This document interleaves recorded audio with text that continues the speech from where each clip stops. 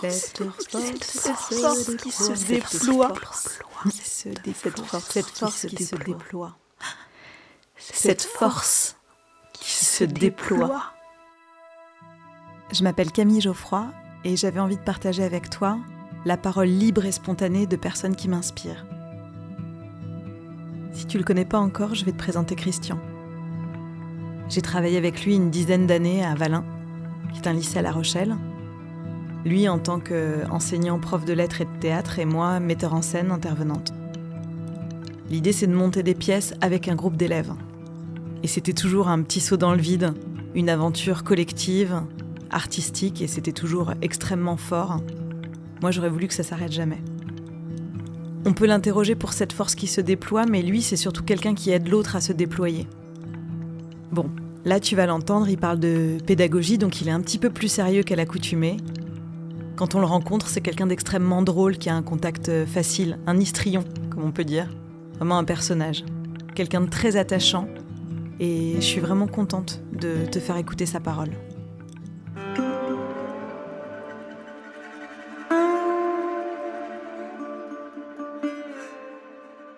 Professionnellement, je suis à la retraite. Il a fallu passer ce cap de la retraite et j'ai cumulé retraite et maladie.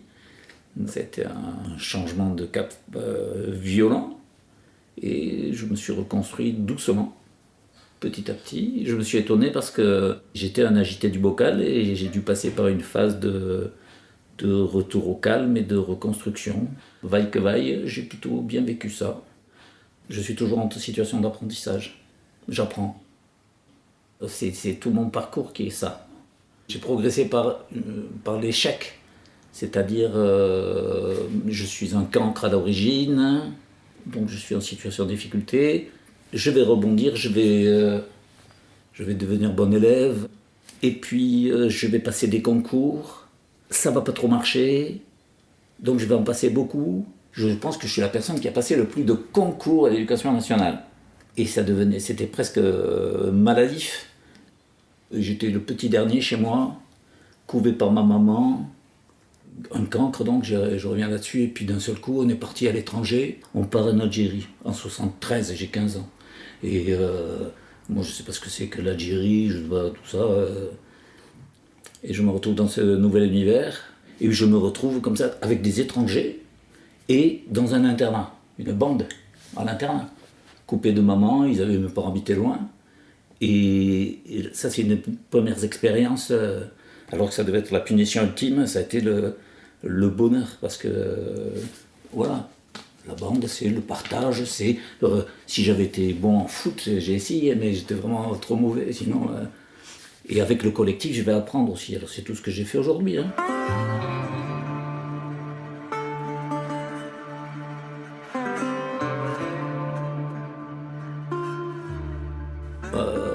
Il y a un prof de maths qui débarque, un excentrique qui débarque des États-Unis, qui dit moi je vais vous faire du théâtre.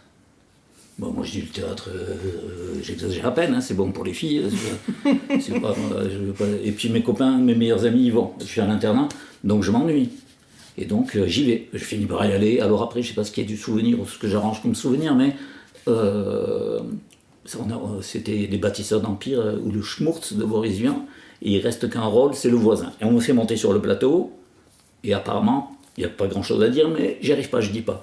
Et alors dans cette pièce, ce qu'il y a d'extraordinaire, ça s'appelle le bâtisseur d'Empire ou le Schmurz, parce qu'il y a le Schmurz. Le Schmurz, c'est un personnage métaphorique, allégorique, qui est sur le plateau sans arrêt. C'est une famille qui tombe, enfin, qui se dégrade progressivement. Et le Schmurz, il est la symbolisation de ça, avec des bandelettes, et il perd les morceaux comme ça, au fur et à mesure, et donc on me met là-dedans des bandelettes, et je me dégrade sur le plateau, et je dis rien, et je me dégrade, et alors là j'ai jamais réussi à savoir si c'était, c'est qu'on a fait des petites tournées, enfin dans les centres Q ou des choses comme ça, et tous les gens me disaient waouh, moi qui avais eu peu de, c'est pas, je dramatise pas, mais j'avais peu de valorisation de ce côté-là, tout le monde me dit waouh, super, vraiment super.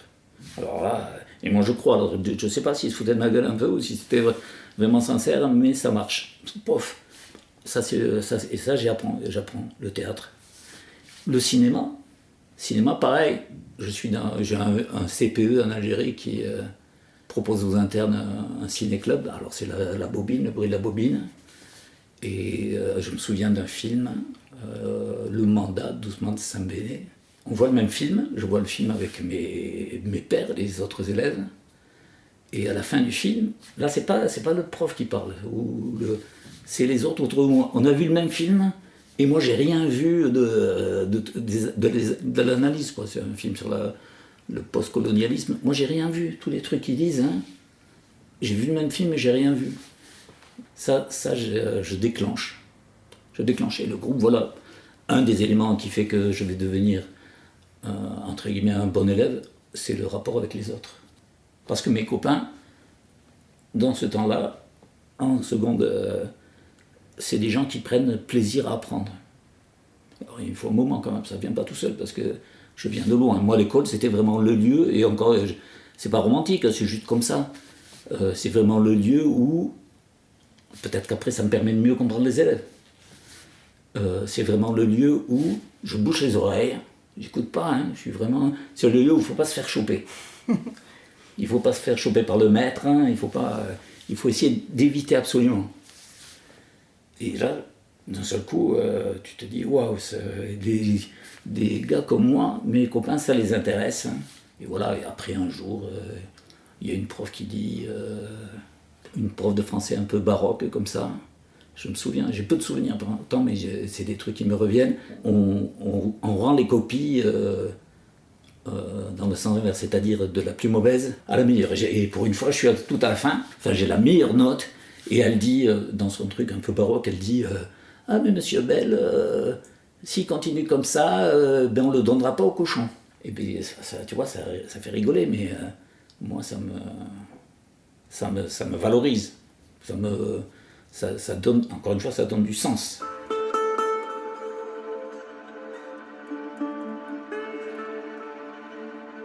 Donc j'arrive prof par hasard, j'ai pas de vocation particulière, je suis étudiant et je cherche, voilà, je passe sur les détails, je deviens surveillant. Mais vraiment, loin de moi l'idée, prof, moi je voulais être un aventurier un peu, prof c'était vraiment l'idée, non, c'est pas fait pour moi.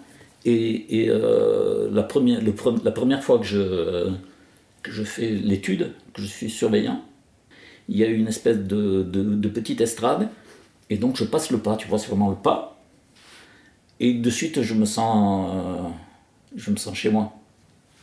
Voilà. Alors, et je me suis toujours senti chez moi, parce que j'ai jamais été dans des situations, même si je vais à Dreux enseignant en lycée professionnel, je ne vais pas avoir d'opposition violente.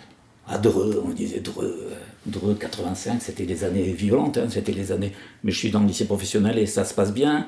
Et puis je passe le CAPES, et puis je deviens formateur, et puis je suis agrégé, et puis je fais du théâtre. Parce que le théâtre, par exemple, là aussi, hein, le théâtre, j'ai toujours fait du théâtre depuis le lycée, depuis le prof de maths. J'ai toujours fait du théâtre, mais à l'université, par exemple, c'était pas du tout ma matière. Moi, j'étais plutôt du côté de la poésie, hein, des problèmes impossibles sur le rythme en prose ou des choses comme ça avec Méchonique et des gens comme ça. Mais le théâtre, ça c'est 80... Enfin, j'ai fait déjà du théâtre en lycée professionnel avec les élèves ou avec des élèves de collège aussi. J'en ai toujours fait, mais quand je deviens prof de théâtre au lycée, par exemple, c'est un peu un petit saut dans le vide, puisque j'ai pas de culture, j'apprends en même temps que les élèves. J'ai très peu d'avance sur les élèves sur bien des points. Quand je me suis retrouvé en lycée professionnel prof d'histoire, ben, j'apprenais la veille pour... ça me donnait une pêche. J'ai reçu et j'ai donné. Et j'ai beaucoup donné après. Et j'essaye de multiplier les situations qui font que ceux avec qui je vis, les élèves, hein, vont aller vers ce qu'on appelle le plaisir d'apprendre. Et donc ça c'est un véritable partage. Et puis parce que moi je suis quelqu'un du collectif, du groupe. C'est ce que j'ai été chercher aussi en théâtre, hein, et c'est ce que j'ai trouvé dans la classe. Voilà, la classe c'est vraiment le lieu de l'ensemble, de la bande. Moi j'ai peu de certitudes, mais j'ai quelques convictions, c'est qu'il faut arriver à essayer de faire passer à l'autre, hein, donc aux élèves, le plaisir du comprendre. que ce que tu fais, ça t'aide à comprendre le monde. Et comprendre le monde, c'est penser librement, peut-être aussi. Ah oui, d'abord c'est penser. Oui. C'est penser. Le plaisir de la pensée. Ça c'est la chose. L'élève, la seule chose que tu peux pas lui demander, c'est ce que tu peux pas faire à sa place, c'est se mettre au travail. Il m'a fallu du temps pour comprendre ça, mais tu peux pas. Si, la décision, quand même, elle lui revient. Après, toi, tu es là pour mettre en place jusqu'à la fin, jusqu'au bout, jusqu'au dernier jour. Hein, tu es là pour mettre en place. Enfin, tu es là. L'idéal, c'est de mettre en place des situations, un maximum de situations originales qui font qu'il va s'impliquer, il va faire le pas. Voilà, ça c'est. Ça paraît un peu lyrique ce que je dis, mais parce que c'est un sacré challenge quand même. Parce que c'est jusqu'au bout, il faut que tu sois toi-même dans cette situation d'apprentissage, que tu curiosité. Montres que tu es, voilà, que tu montres ton plaisir d'apprendre pour que l'autre il puisse se déployer. Je suis avec les élèves, pas en face, mais je suis avec les élèves parce que j'apprends avec eux et quand même je me souviens de ce que j'ai été, je me souviens de mon rapport à l'école et donc et je les aide si on veut aller par là. J'essaie de les aider à se déployer. Eux, il faut que ce soit une aventure. Je travaille beaucoup en amont, mais après, il y a beaucoup de choses que je trouve qui n'étaient pas prévues, enfin, tu vois, que nous trouvons ensemble. On va voir un spectacle avec des élèves, en théâtre, et quand je les écoute, assez souvent, ils ont vu des choses que moi je n'ai pas vues, parce qu'ils ont un autre regard sur les choses.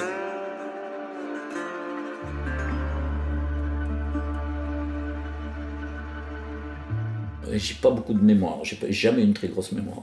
C'est un peu paradoxal peut-être pour des gens qui font du théâtre, mais j'ai jamais eu beaucoup de mémoire et ça m'a obligé, c'était un peu sous la contrainte, mais je pense que c'est une qualité aussi, à avoir beaucoup d'humilité, d'aller vers les autres. Ce matin par exemple, j'étais à un cours de yoga et à la fin j'ai parlé au centre social d'à côté et j'ai parlé avec la dame qui fait ça et je lui ai dit moi je suis toujours en recherche, donc s'il y a une possibilité de ciné-club, je suis partant, si vous avez le matériel, parce que je ne savais pas s'ils avaient.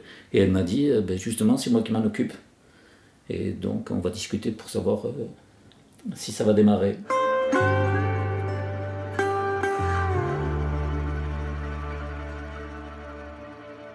C'était dire oui à ce qui se présente. Et donc, j'ai dit oui. Jusqu'à il n'y a pas très longtemps. Après, j'ai appris un peu, sur le tard, j'ai un peu appris à dire non, mais sinon, je disais allons-y, ça m'intéresse, je dis oui. J'essaye, je vois et je découvre. Et c'est comme ça que moi-même j'avance toujours encore. Là, je continue. La crainte du temps qui passe, ça c'est sûr. Le temps qui. Même si on sait bien que le temps ne passe pas, c'est nous qui passons, mais et ça s'est un peu calmé. Ça s'est un peu calmé, je me suis rendu compte que la course, l'agité du bocal que j'étais, la course elle est un peu vaine. Elle est un peu vaine quand même. C'est-à-dire, pendant longtemps, ça a été quand même une course contre le temps, c'est-à-dire que j'avais l'impression que le temps passant, il fallait un peu se donner des repères, se donner des assurances, donc faire plein de choses pour pouvoir dire waouh, la vie elle est passée, la vie elle passe, mais j'ai ça qui est et j'ai pas peur de ça. Si je reparle de la maladie par exemple, une des choses qui m'a réassuré, c'est que j'ai l'impression, je suis pas orgueilleux ni prétentieux, mais j'ai l'impression que j'ai fait quelque chose de ma vie. Fondamentalement, même si je suis un bout en train, j'ai, comme beaucoup de personnes, un versant que j'aime bien, un versant mélancolique, plus que nostalgique, hein. Il y a une petite mélancolie. Et j'ai appris à vivre avec ça, j'ai appris à vivre avec elle, et à m'agiter contre elle aussi. Moi, ce que j'ai découvert en moi, je pense que ma première... si j'ai une qualité ou si j'ai une force, c'est une force de vie.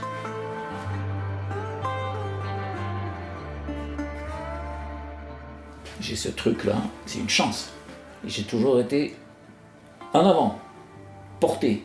J'ai pas eu besoin de me bouger les fesses ou de me. J'ai toujours eu le goût d'y aller. Là, je suis ralenti, et c'est bien que je sois ralenti, mais s'il y a un truc qui passe, hop!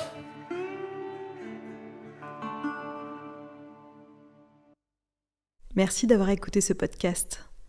Ces entretiens font partie d'un projet global qui s'appelle « Cette force qui se déploie », exposition sonore dont vous pourrez trouver plus d'informations sur notre site www.lavieestailleurs.com.